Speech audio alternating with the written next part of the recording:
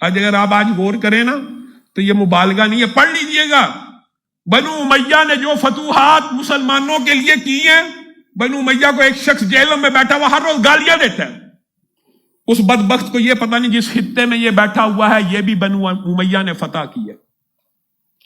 اور بنو امیہ کی فتوحات اتنی عظیم ہے، 1300 برس گزر گئے ہیں نا بنو امیہ کو، تقریباً 1 انچ بھی مسلمانوں نے اس کے بعد فتح نہیں کیا. 1 انچ. یہ اتنے جلیل القدر اصحاب ہیں اور اتنے جلیل القدر خاندان ہیں، ان کے بارے میں ہر وقت ہردہ سرائی کرنا اور سیدنا امیر معاویہ کے بارے میں زبانوں کو دراز کرنا. میں آپ کو بارہا یہ بات کہتا ہوں، یہ مسئلہ اصل میں سیدنا امیر معاویہ کا ہے ہی نہیں، یہ اصحاب رسول سے بغض اور دشمنی ہے.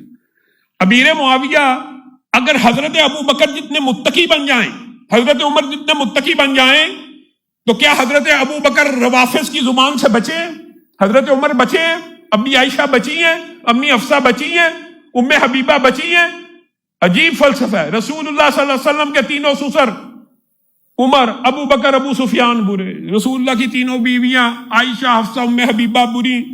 رسول اللہ کے برادر نسبتی حضرت امیر معاویہ برے. پورا خاندان ہی رسول اللہ کا برا ہے، لیکن ہم خاندان رسول سے محبت کرتے ہیں. سبحان اللہ.